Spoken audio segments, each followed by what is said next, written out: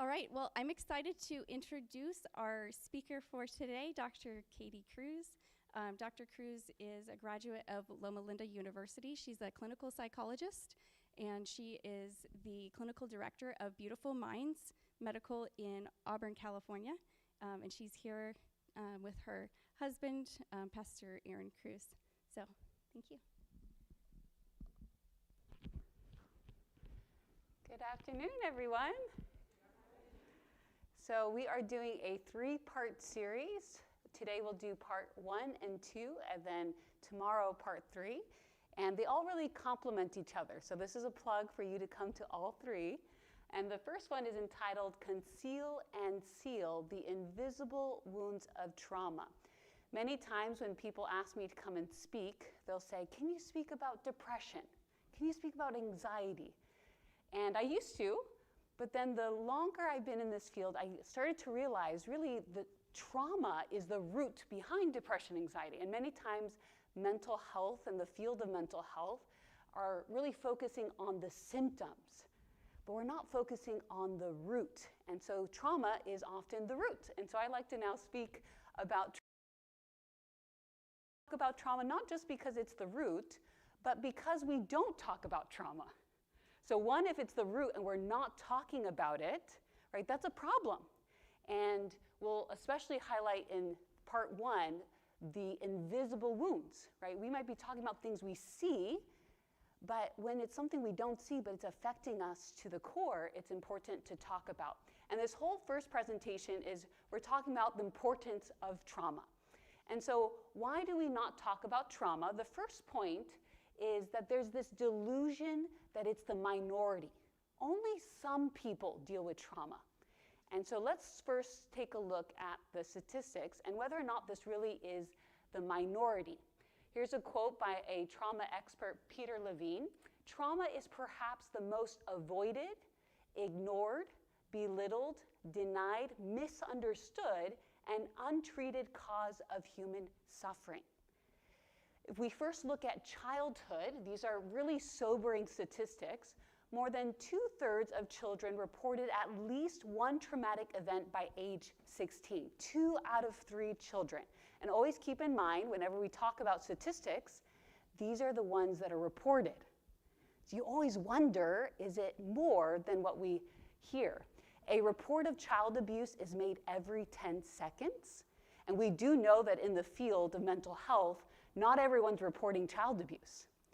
Every 9 minutes, a child is sexually assaulted. 1 in 3 girls and 1 in 6 boys sexually abused before 18. 4 in 10 children in the US say they experienced a physical assault during the past year. So notice so far, we have different kinds of abuse, but all very prevalent.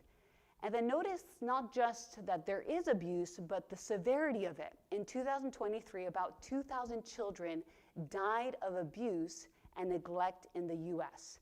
That's 5 to 6 every single day. I don't know how many of you had watched the Netflix mini kind of docu-series on Gabriel Fernandez. Anyone here? Okay, one person. It was a series that talked about, it was a very monumental event that for the first time social workers were actually being prosecuted for the death of this child because they didn't take the proper steps to protect. The child, it was well known that the child was being abused. Teachers reported it, others reported it, but the social workers didn't do their due diligence and the child died. And so we see that it's not just that it's happening, but it's also quite severe. Now, you take that and you say, wow, a lot of children, but also trauma continues to happen in adulthood. About 6 of 10 men and 5 of 10 women experience at least one trauma in their lives. Women generally tend to experience more sexual assault and men more physical assault, but both can experience different kinds of abuse. Every 68 seconds, an American is sexually assaulted. 1 of 6 women are forcibly raped, 1 in 33 for men. 20 people in the US per minute are physically abused by an intimate partner. And we saw these numbers skyrocket during COVID, right? These individuals being stuck in their homes in violent relationships. 1 in 13 people will develop PTSD at some point in their life. And typically, when people thought about trauma, they think about veterans. They're like, okay, yeah, that population has experienced trauma. But what we start to realize by these statistics, it's all across the board. Childhood, adulthood, men, women, different people. And we realize that, again, it's a delusion that it's the minority, right? If we just took a moment and we had an open floor for people to share, we would be quite shocked and amazed how many people have experienced trauma. Another reason why we think it's the minority is we often use an incorrect definition for trauma. Right? We have a certain view of it, but what exactly is trauma? So here is the American Psychological Association's definition. Don't register this because this is actually not the best definition, but this comes from the Psychological Association.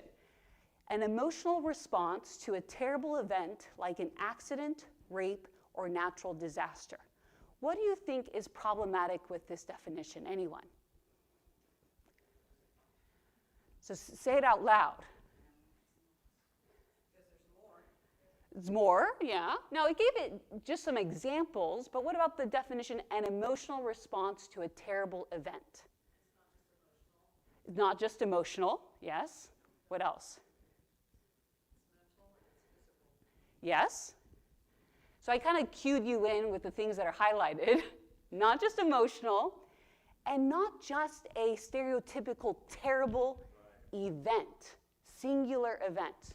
So we're going to look at what's problematic. So typical definitions on the left here, notice, focus on acute one-time events. This is the classic veteran experience. They go, they experience combat, it's an event, and they say, okay, that's what trauma is.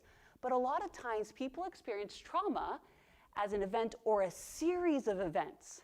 This is why childhood trauma is often neglected when it's happening throughout their childhood. It's not this one-time event that we would say is catastrophic, right? Like 9/11, which we were talking about earlier, like, oh, that's traumatic. What about the ongoing events? Number 2, it suggests it must be a life-threatening, right, terrible event. But it's not just life-threatening. This is where we talk about there's 2 kind of categories of trauma, type A and type B. Type B is what we think about when it comes to trauma, the bad things happening. But type A is the absence of good. So think about it when it comes to children. If you don't feed a child physically, what happens to their development, physical development? It's slowed and stunted. Well, what happens if you don't feed a child emotional nourishment? They are also stunted. So trauma is not just, and this is a very important point for us to kind of change our definition of trauma, it's not just bad things happening. It's also the absence of good. So a lot of times when we talk about childhood trauma, we talk about sexual abuse. That's a bad thing happening, which is true. But what about neglect? It's the absence of love, the absence of attention. And what we know of what children need, attachment and love and nourishment, I often think about my clients as being emotionally malnourished. Because we need these things, it's actually to the core of what we need as much as food, in a way that type A trauma is also trauma. Number 3, it often focuses on typical acknowledged events, right? Rape, natural disaster, combat, etc. But what about atypical events? We don't think about bullying, and these days cyberbullying, which has really been spotlighted recently in a way that some kids are committing suicide based off of cyberbullying.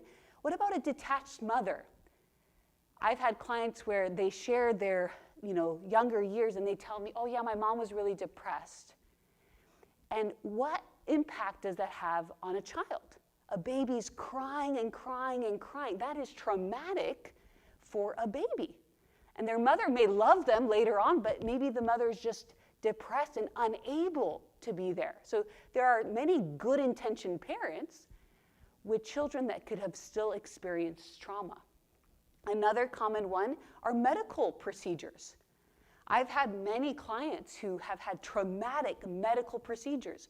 During COVID, I had a colleague who actually recorded a podcast, shared her testimony of a very traumatic birth experience during COVID, in which led to postpartum depression and other experiences that was very traumatic. We often we use the language of small t trauma versus big T. Big T is the ones that we think about typically, right? Big T traumas. But even the small ones that we don't think are significant, but that they continue and they wear and tear on the human psyche. Number 4, events. We typically, when it comes to trauma, focus on events that happen in adulthood. But trauma often starts in childhood and either gets shaped or also happens in adulthood. So hopefully this starts to expand your mind of the understanding of trauma. And I use this too because many times people have come to me and they're like, oh, my childhood was good. And I'm like, I don't know you yet, but my guess is probably not based off of the symptoms you're showing. Well, my parents, they were fine. They were, good working citizens, blah, blah, blah. And then they say something like, I never heard I love you growing up. And so we have to understand that trauma includes a lot more experiences and a self-reflection of what were my experiences like? Did I experience any trauma? Gabor Mate, another well-known trauma expert, he says this in his book, The Myth of Normal. The usual conception of trauma conjures up notions of catastrophic events, hurricanes, abuse, egregious neglect, and war. This has the unintended, and misleading effect of relegating trauma to the realm of the abnormal, the unusual, the exceptional. If there exists a class of people we call traumatized, that must mean that most of us are not. Here we miss the mark by a wide margin. In fact, someone without the marks of trauma would be an outlier in our society. So he's flipping it. It's actually not the minority.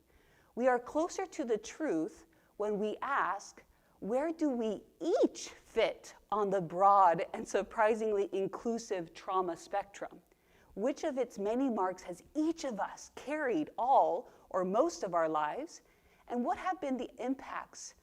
And what possibilities would open up were we to become more familiar and even intimate with them? And then he ends, it may also be disconcerting for many of us to consider that as happy and well-adjusted as we think ourselves to be, we may fall somewhere on the trauma spectrum, even if it's far from the big T pole.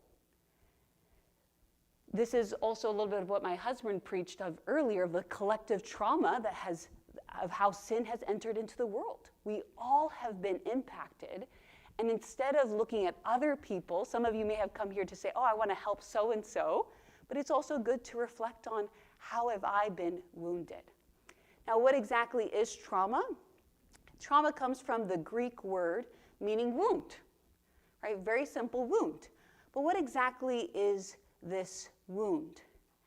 This is the most simple, not common definition for trauma, but think about it in this way. Trauma is the rupturing of relationships with others, with self, and with God. So take a look at some common traumas and use this definition and see if it fits. Rape. What's the rupturing of relationships that happens with rape? Typically with others, right? This is where sometimes people, they might say, all men are untrustworthy. Not only did they have a disruption with that person, that perpetrator, but also maybe with their connection with the opposite sex. One that we often don't think of is rape is also a rupturing of relationship with yourself, where people start to feel my body is broken, I'm damaged, I'm dirty. There's a disruption even with a relationship with themselves. And then with God, how many people as a result of trauma, not just rape, but many others, start to blame God? There's a rupturing there as well. What about neglect, right?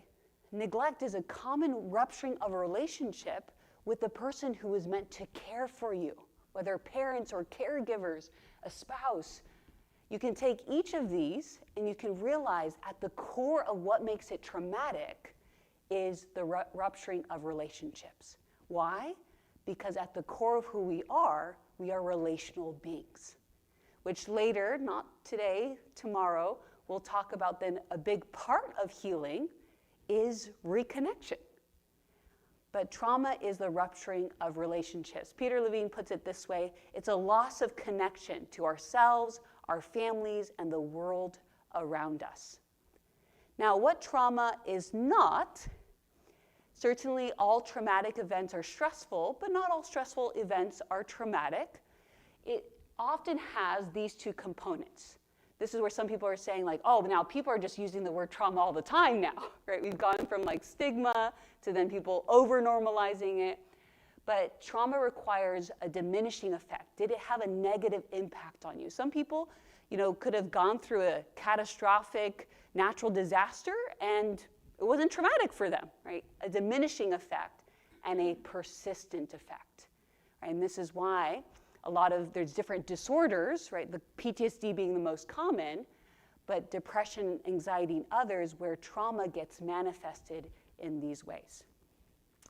Second point of why we don't talk about trauma is that we don't really understand the severity of it. So this was mentioned earlier when we talked about the incorrect definition. It's not just a psychological, emotional experience. Look at this long word there, biopsychosocial, spiritual, is we now understand trauma to have an effect on every single aspect of health. So we're going to go through each of these. Now, the most obvious is the psychological impact. Here are some statistics. People who have experienced trauma are 3 times more likely to experience depression, 4 times more likely to have ADHD. Now, let me just pause on that one because, and this applies to different ones I'm going to mention, but a lot of times we think ADHD and other mental illnesses are just something biological, right? Like, oh, that my brain is different or broken.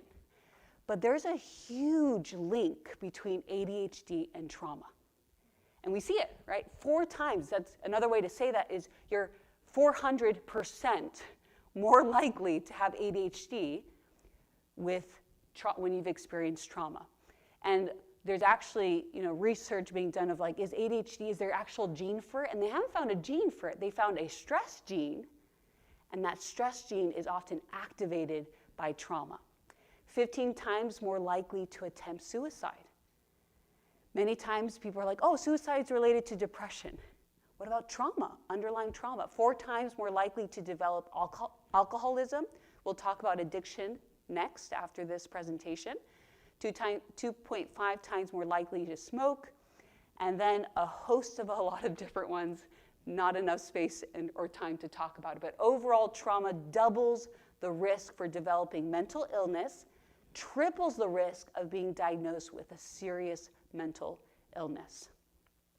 Now, what about the biological impact? I think most people know about the psychological impact, but it's coming out more and more, but we forget that our mind and our bodies are linked. We separate them, right? Oh, I have depression. Oh, that's just in my mind. But what about the link between our minds and our bodies, including trauma and the impact it has on our biology? I'm going to first talk about the impact it has on children.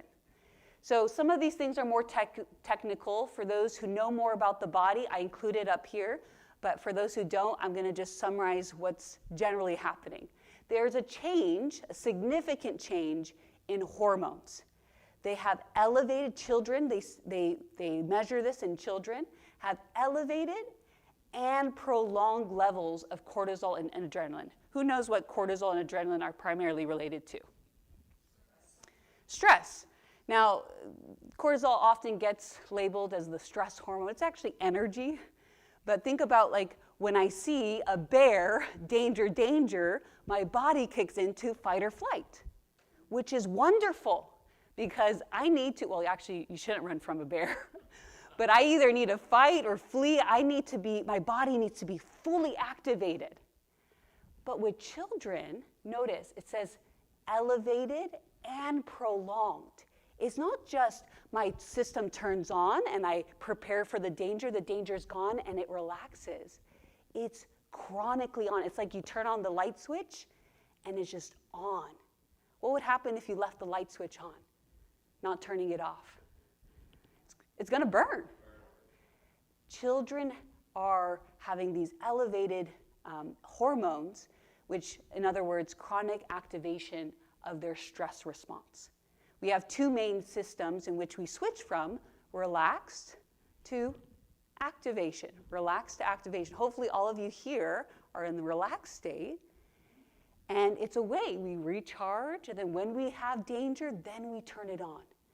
But children often have constant danger in their home environments in a way that the body's like, you can't turn off. This is the idea of hypervigilance. I always have to be scanning my environment.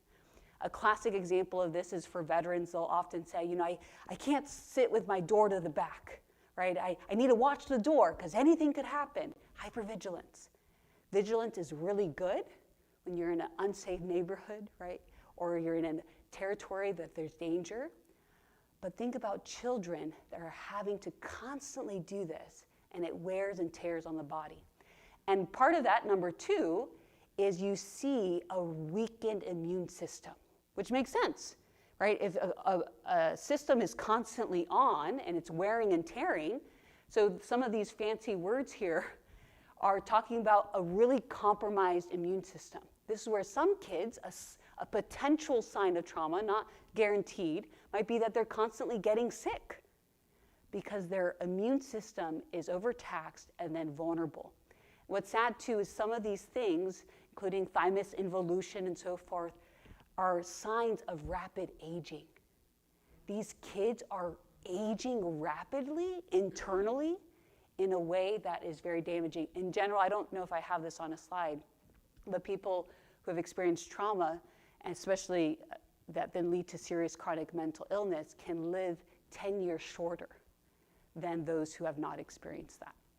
Also, we see brain changes. If you were to do a brain scan of a child who has experienced trauma, and this also applies to adults who don't heal from trauma, is that they have in their prefrontal cortex weakened areas, right? So it could even be shrinkage in the brain of that area, and strengthened pathways in the survival parts, which is the middle. So if this was your brain, it actually kind of looks like a brain. The knuckles would be your prefrontal cortex area, your frontal lobe. And then your thumb would be your survival areas, your limbic system, your motion centers. And so what we see is this center is weakened, very little pathways. And this center is very strong. Why? Because the survival parts of your brain have had to be used like a muscle over and over. So this one's strong. This is why the kids with trauma are very impulsive. And what's really sad is that we punish kids for misbehavior when they've experienced trauma, but it's not misbehavior. Their impulsivity was an adaptive strategy in a world of trauma. Their brain's like, oh, we need to be on guard. This part of the brain, let's get really strong. And this part is part of logical and slow thinking. When you're driving and you're about to get hit by a car, you want this center to be activated and this one not to be. Why? Do you want to be thinking, this car's about to hit me. Let me pause for a second and think about what I should do. No, what do you want to do? You want to instantly swerve. You want to be impulsive. And so children who are in these environments, they are their brain is rewired. God has an amazing design, even in the context of sin. It rewires in order to adapt to the environment it's in. So what if you have a child who's born like that, hasn't had experiences to do that? Yeah, so there's multiple things with that. Sometimes there's generational trauma. And so what's good news is there's neuroplasticity, which means you can rewire your brain. And a lot of times children might already be sensitive, and children in general, they already have a weakened frontal lobe. It doesn't develop till past 25. This is why they'd say, I don't know about the 18-year-old drinking limit, right? It's like, no, maybe 25 or so forth. But parents are the frontal lobes for their children. And so you need to teach them how to regulate. I was just having a client yesterday who was really upset at his teenage daughter for having this huge blowout. And he's like, that's ridiculous. I was just telling her to finish her food. And I said, you don't understand. She has really big emotions, and she's never learned. And what's sad is parents often don't know it for themselves, so they don't teach the children how to regulate their emotions. And then kids get in trouble for those emotions. So part of what I appreciate about these presentations is understanding the roots to some things that we see on the outside in a way that we punish, instead of saying, oh, wow, maybe this child that's misbehaving has a rewired brain in a way that we can teach them. You can rewire it. So whatever the cause is, you can rewire your brain and change these pathways. And you can strengthen the frontal lobe. And the frontal lobes are like the brakes to the gas pedal of your emotions. So you can strengthen your brakes. But a lot of these poor kids are driving a really fast car without brakes. But they've never been taught where the brakes are and how to use them. And then this is another thing that's really important, and I see God's design in, is there are epigenetic changes. So we have genes, and some people are like, oh, I'm doomed. My parents experienced trauma, what I just mentioned about generational trauma. Oh no, I'm doomed. But genes can be turned on and turned off by our experiences. This is why, later tomorrow I'll talk about diet, exercise, other things that through these experiences, and I'll share a testimony from my father, you can actually turn on or off certain genes. It's quite amazing. It's like you're not doomed. You have the ability to either increase the risk or decrease the risk of mental illness, addiction, or physical diseases. What we see in adults, it's a long list of different physical diseases that have been linked to trauma.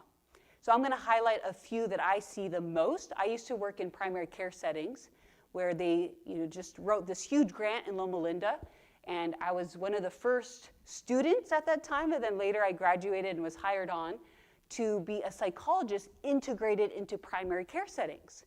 And the reason behind this was a lot of people won't go to therapy, but they'll go to their doctor and they say, oh, doctor, I've been having a lot of GI issues.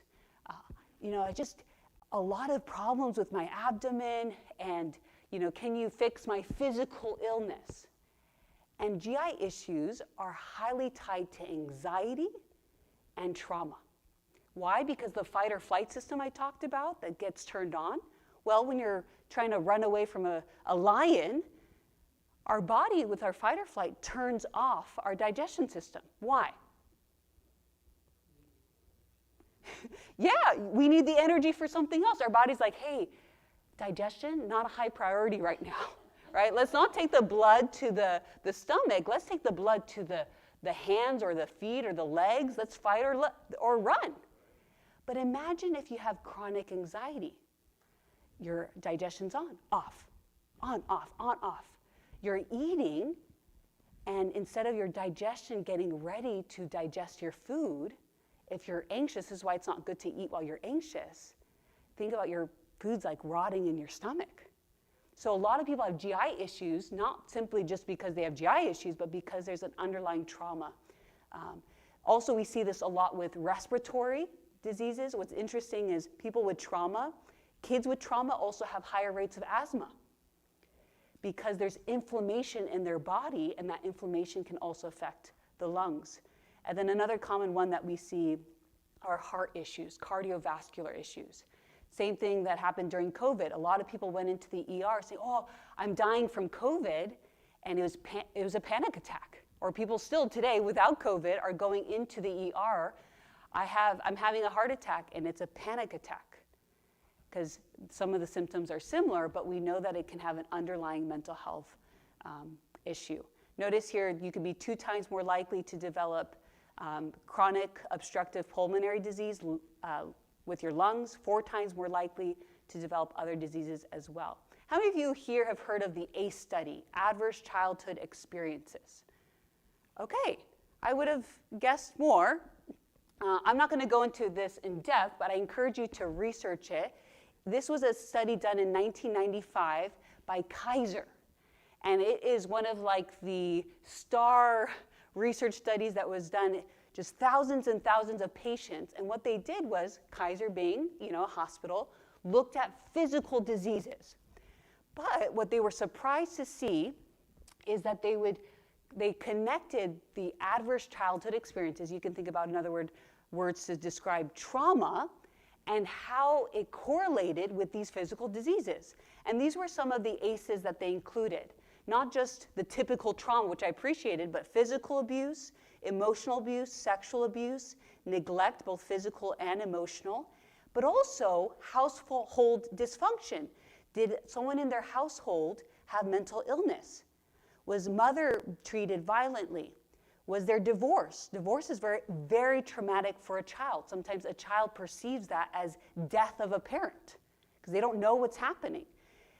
If they had someone in their family incarcerated, and then someone in their family suffering from substance abuse. So they took a look at these adverse childhood experiences, and they saw that it predicted these different diseases, physical diseases. So this was one of the first more known studies to show the link between trauma and physical disease. So you notice there that as the number, top right corner, as the number of ACEs increases, so does the risk of negative health outcomes. So typically, 4+ ACEs start to predict significantly certain physical diseases. You can look at the different outcomes. There's many different outcomes, but you see there in the bottom right corner, different physical and mental health outcomes, including stroke, cancer, lung disease, broken bones, and so forth, including obesity. This is a good example. I think this is part of the study, if not from just anecdotal research, but there was this woman who they had interviewed who was struggling with severe obesity. And in her history, she would lose the weight, gain the weight, lose the weight, gain the weight. And many of them were just treating her and helping her with just the typical behavior modification, diet, exercise, medication, so forth. And it wasn't until they uncovered the root of her obesity. She was sexually molested and abused chronically in her childhood. And she learned, if I make myself ugly, if I put on all this weight, I'm going to protect myself. No one's going to want to touch me anymore. And so that was the root. And until she healed her trauma, she wouldn't have experienced the ability to really overcome her obesity. Right? So the link between our traumas and our physical health. This is a quote that was written many years ago, but it's interesting. It highlights this connection between our mind and our body. Sickness of the mind prevails everywhere. 9/10 of the diseases from which men suffer have their foundation here, the mind. Right? This understanding that the majority of our physical illnesses are actually rooted in our bodies. And I don't think, I do have the quote later in a moment. But this is a story of a client that I saw many years ago. We'll call her Linda. And she was one of the case studies that I realized the connection. Like, I knew about it, but then I saw really lived out in her own experience between trauma and physical illness. So Linda came in to the clinic, and she was referred because she had seizures. And she had been treated for many years for epilepsy. And finally, they were able to do a newer brain scan to look at these seizures. And they found, the pattern of which her brain is firing actually doesn't demonstrate epilepsy, which is kind of scary, right? For years, you're being treated with medication for a disease, and then you find out, you actually don't have that. So they're like, where do these seizures come from? And the neurologist was very open with her, and he's like, I have no idea.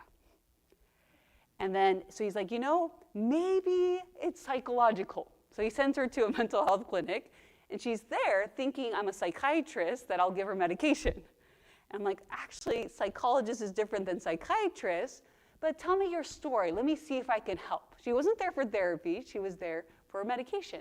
So she starts sharing her story, and I often walk them through a timeline to get a sense of when did the disease start? Was there anything leading up to that experience? And she shared a very important detail. So she kind of shared it in fragments, but basically the story is she was constantly raped in childhood by her brother. Just years of just chronic trauma. And finally she's like, I'm out of here. She left home. She went to college, and she told me, she's like, I forgot all about it. I reinvented myself, and I was good. I was fine. She gets married. She has a son, and she said, I'm living a good life. And then she said, out of nowhere, the seizures started. But before she shared about the seizures, she said that her first child was a boy, her second was a girl. And about this time is when her seizures started. And she then shared, she said, then it was kind of like a minor detail. She said, my daughter shared later on in life that I used to come to her bedroom drunk and say, I will never let anyone hurt you. Every single night, she'd come to her room, I'll never let anyone hurt you. And so here she thought she was fine, but she was masking it with addiction, and her body was like, I'm not fine. It was when she had her daughter that all of her trauma resurfaced, right? And still there, but surfaced in a way where you may have heard of this book before, The Body Keeps the Score. It's this idea that with trauma, when we don't heal, the body holds on to it. And I like to think about it this way, is if we don't actually heal, our body starts screaming at us, saying, hello, there are signals. Sometimes those signals are panic attacks, where it's building, building, building, and then our body has to explode. Or it's different ailments, but for her, there was a strong possibility that it was the trauma. And now I told her, I said, I can't guarantee it, but it's a little suspicious that the timeline of these things, right, your seizures started right after the birth of your daughter and your addictions and other things. And so I said, I can't promise, but I think therapy will help. And the therapy that I gave her was cognitive processing therapy, which I'll talk about tomorrow. And what we did is we went through the trauma. I'll talk about the steps tomorrow. And when we went through the full protocol, she already was getting better, but she hadn't had any seizures for 1 year. Now, you say, well, what happened after the year? She had a seizure. You're like, oh, was it really the trauma therapy? Or was it something else? Well, the time she had the seizure was her sister was coming to visit. And her sister never knew of the trauma. And she was so afraid, maybe the sister knows. And there was this reignition of like, oh, I'm going to have to reveal my trauma to her. Because her brother, who was the perpetrator, was passing away at that time. And there were other things that were happening. So we had to do a second round of therapy. So it's we can't ever say with certainty because the mind and the body are so connected, but it's very, very, very possible that it was the trauma. This is from the book, The Body Keeps the Score. We have learned that trauma is not just an event that took place sometime in the past. It is also the imprint left by that experience on the mind, brain, and body. This imprint has ongoing consequences for how the human organism manages to survive in the present. Another great book that talks about this idea is When the Body Says No. And this one's really fascinating. It looks at other illnesses that basically doctors start realizing, there's certain patients that struggle with certain illnesses that are very nice. Like, there's just a correlation that they're very nice, and they struggle to say no, and so eventually the body starts to say no for them. Like people pleasers, right? Where they're like, oh, can you come over and do this for me?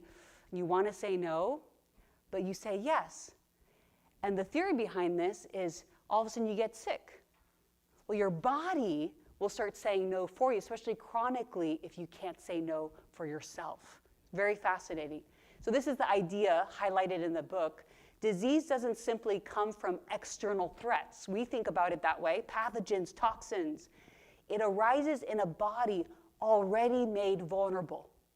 And how's it made vulnerable? Through chronic stress, emotional repression, unhealed trauma, and the body's inability to repair itself or regulate cell growth properly. That makes complete sense. Trauma, if it's a wear and tear in your body, it's going to completely wear and tear it in a way that makes it so vulnerable to pathogens, toxins, and so forth. So it's not the pathogens themselves or toxins alone.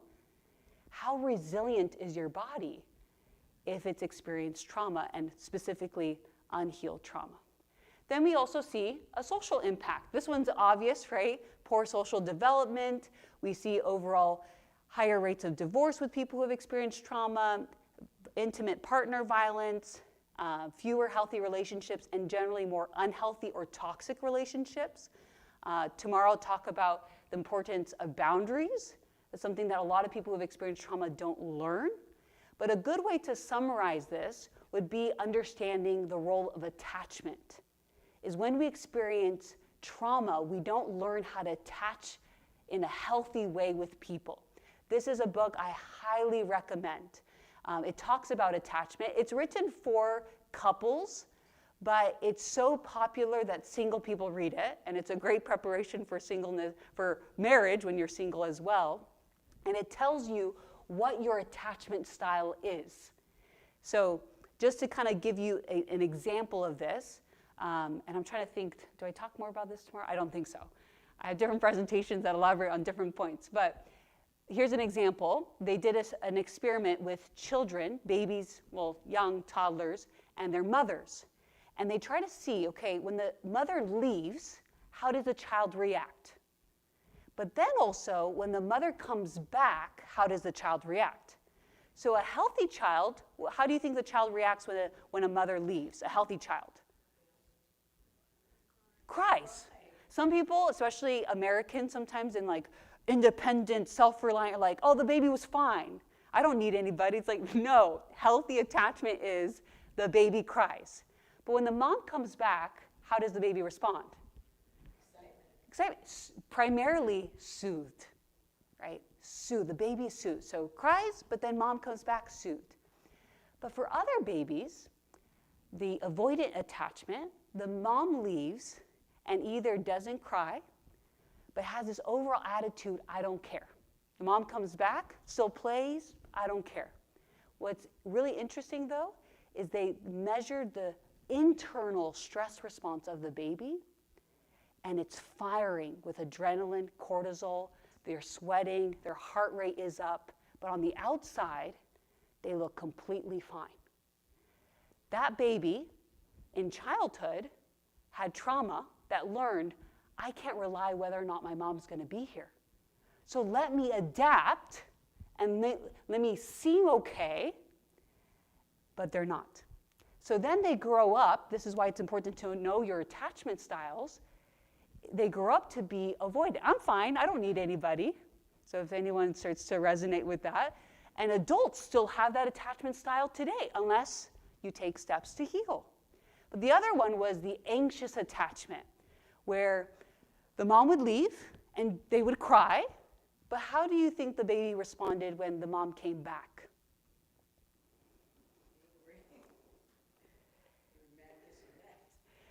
They were not soothed. They were still crying, because this attachment style is also mom not being reliable, but maybe mom was sometimes there and not. The other avoidant is mom's not there at all. But this anxious child is mom going to leave again?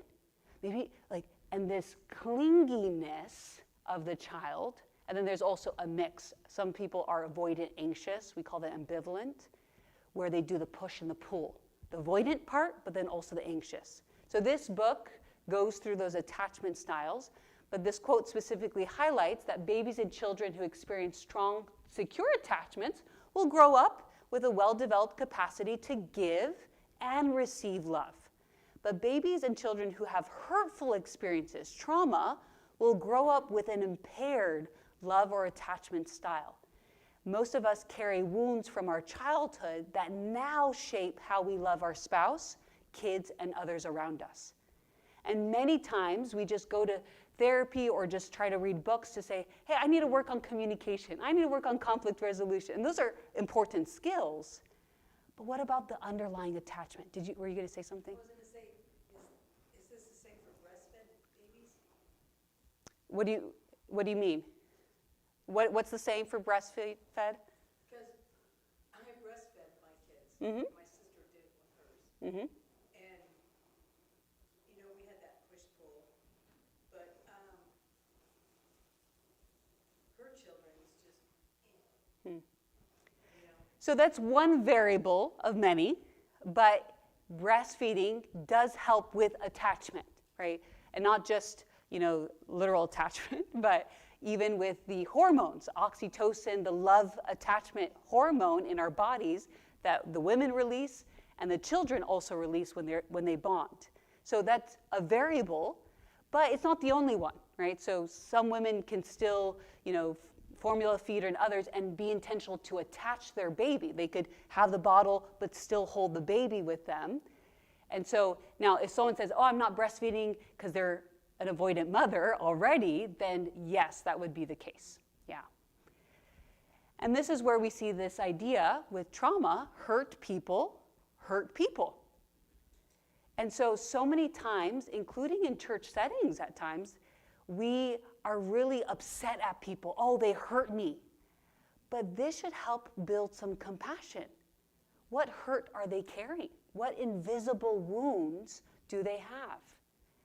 And notice even for myself, and I would imagine for you guys as well, I have hurt people when I've been hurt. And so instead of just being reactive to being hurt and feeling like the victim, can I understand there are people that are carrying invisible wounds that I have no clue about?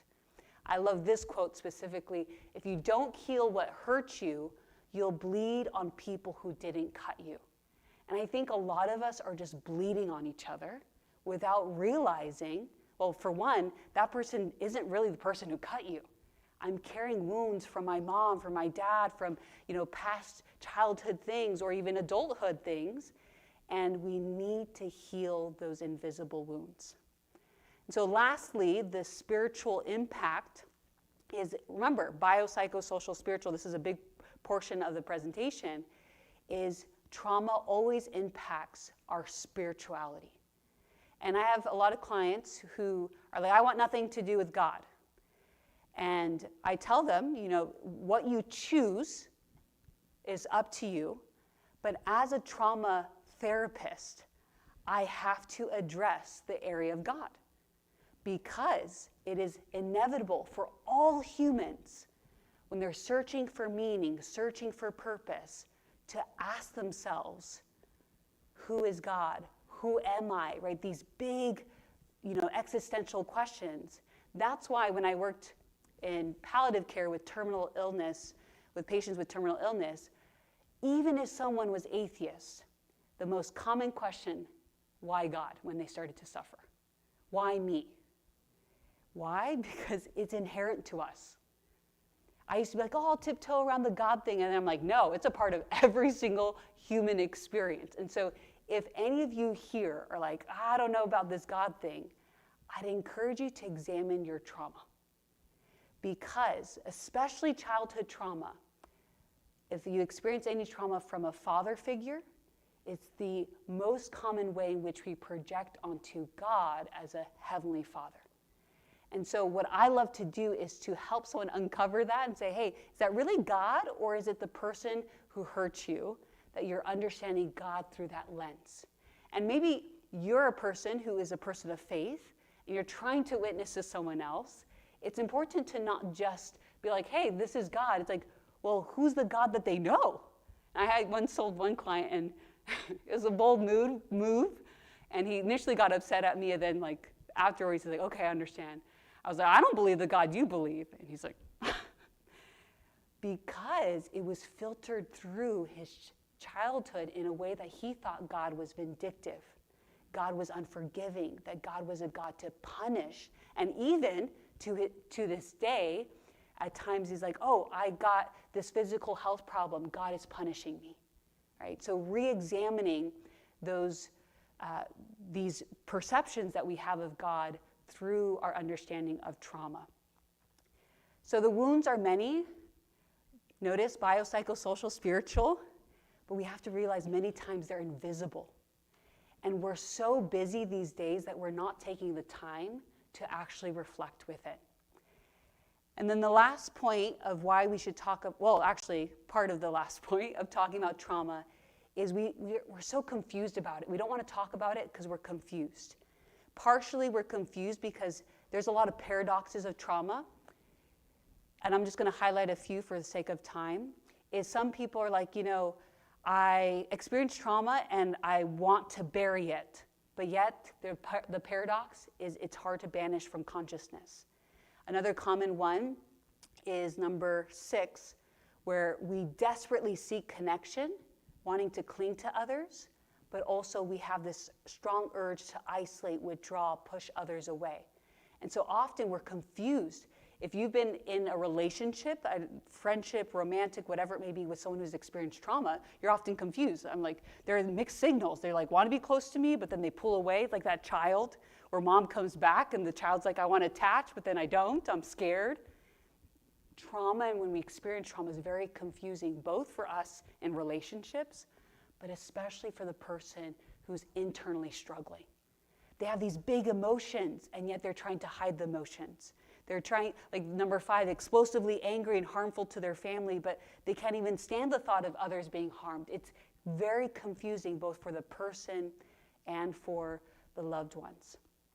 But probably one of the reasons why it's so confusing is because of the why question. These are the things that we commonly ask. Why me? Why God? Why trauma? Why pain and suffering? Why do bad things happen? And we have really bad responses to these why questions. So we're going to do a quick exercise of just in your head, don't say it out loud. What would you say to someone, and I'm going to give different scenarios, what would you say if Mary comes up to you and she tells you that she was recently raped? Again, in the framework of she's asking, why me? Or why did God let this happen? Or, I'm a good person. Why is this happening? What would you say? Do you have a good response to these why questions? But let's say Mary doesn't only share that she was recently raped, but she says she's been raped multiple times. Would your response change at all?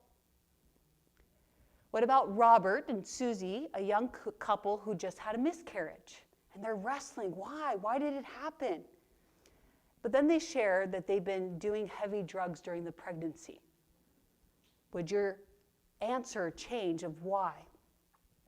What this exercise is highlighting is that you probably had the urge, especially with the new information about Mary or about this couple, to be like, oh, you were raped multiple times? What did you do to put yourself in the position to be raped? We wouldn't say that maybe out loud, but we would start thinking it. Or for this couple, we would start thinking, oh, well, it was because of the drugs. And that's because we have what we call the just world hypothesis, where we think the world is just, orderly, and predictable. And so when bad things happen, we start looking for a reason. Oh, you were raped because you were wearing a short skirt, right? It's your fault. We start blaming the victim. These are things we say that reinforces this hypothesis. You get what you deserve. What goes around comes around. Everything happens for a reason. You reap what you sow. You got what was coming to you. God is punishing me. This is so unfair, because we think, again, the world is fair. So if I get cancer, it's unfair. Why me? But if you think about it, the world is not fair. The world is not just. Sometimes someone was wearing a long skirt and they got hurt, right? Or maybe someone had a miscarriage and they weren't doing drugs. So we're always looking for A causing B, but what we do with this is we often blame the victim.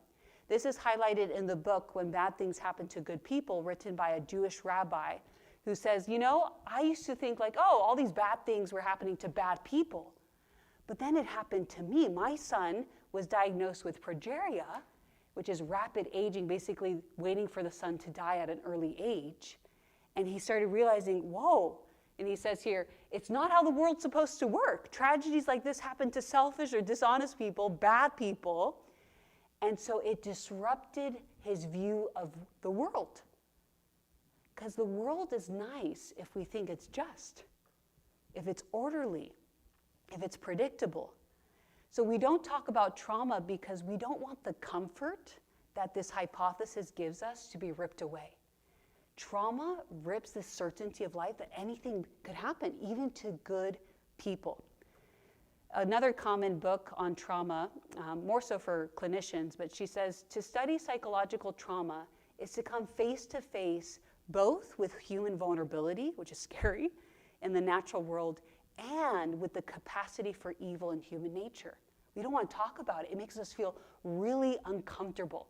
You've probably felt this when watching, a movie about trauma or human trafficking, and it's just like, we want to cover our eyes and live in ignorant bliss. And so that's why when trauma happens to other people, we try to find a reason that fits our clean little orderly world. But what often that does is it creates a lot of shame. And this is what keeps trauma going. Perpetrators silence the victim by telling them it was your fault. You did something wrong. Going back to my story about Linda, one of the reasons why Linda carried the trauma for so long is that she had another sibling that she did tell, and that sister told her, oh, he tried that with me, but I pushed him off, so you must have wanted it. And so she carried this blame, it's my fault, for the rest of her life. So that silences the victim. Oh, if it's my fault, if I'm actually the perpetrator in some ways, I'm not going to share that with anyone. Others silence the victim, and sadly, this can also happen in church settings in the way we blame the victim, and then we silence ourselves. Ultimately, the enemy is silencing us. Blaming the victim is a way of reassuring ourselves that the world isn't as bad of a place as it may seem, and that there are good reasons for people suffering. It makes everyone feel better, except the victim, who now suffers the double abuse of social condemnation on top of his original misfortune. And so, why do we talk about trauma? In this context, we need to explore and discover that there are answers to the why questions of trauma. And one of the greatest stories, which we don't have time to get into, but it's the story of Job. Job, it starts off very clearly. He is a blameless person. It says it multiple times because in case you wanted to blame Job, which his friends did, to be just world hypothesis, Job, you must have done something wrong. But it's very clear. This is why they believe that Job was the very first book written in the Bible. I think that God was like, hey, people are going to struggle with suffering. Let me make sure that they have an understanding that it's not their fault. Job was the victim, blameless. And so we struggle, okay, well, why did God allow it to happen? And we know that there are answers for the why me, the why God, why suffering in that story. And I encourage you to study that story. And so, in a presentation full with a lot of negative statistics and talking about a lot about trauma, is there hope? Is there healing? And that's what part 2 and 3 will be about. But we know that there is an enemy who has caused the trauma. And part of John 10:10 actually says that there's a thief who's come to steal, kill, and destroy, including through trauma. I mean, think about it.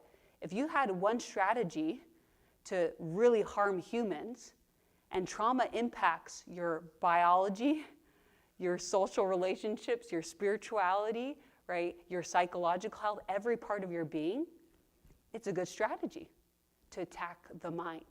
But Jesus says, yeah, there is a thief. There's someone out there. There's trauma out there, right? Don't think it a strange thing when these things happen to you. It's a part of life. We can't cover our eyes.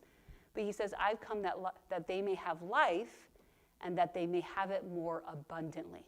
So the question then comes from this presentation is, how do I have that healing, right? If it's invisible, one, I need to be able to recognize that.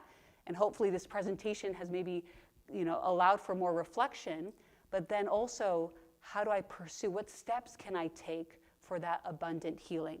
I'll always end our presentations with some questions to reflect on. What are my past trauma or traumas? Where on the spectrum am I? How have my traumas impacted my life, biologically, psychologically, socially, spiritually, etc.? Have I struggled with the whys of trauma? Have I often blamed God for that? Have I silenced myself or others in trauma? And so we will talk about specific steps, but before we do, we're going to talk about in this next presentation, after we take a quick break, the restriction of addiction. Because many of us, before we try to heal, we need to remove something that's blocking the healing, which is addiction.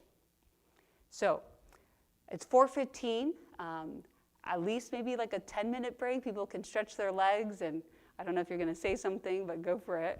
Yeah. So take a few minutes, stretch your legs, use the restroom if you need to. There's a few light snacks and tea if you guys are chilly at all, and water.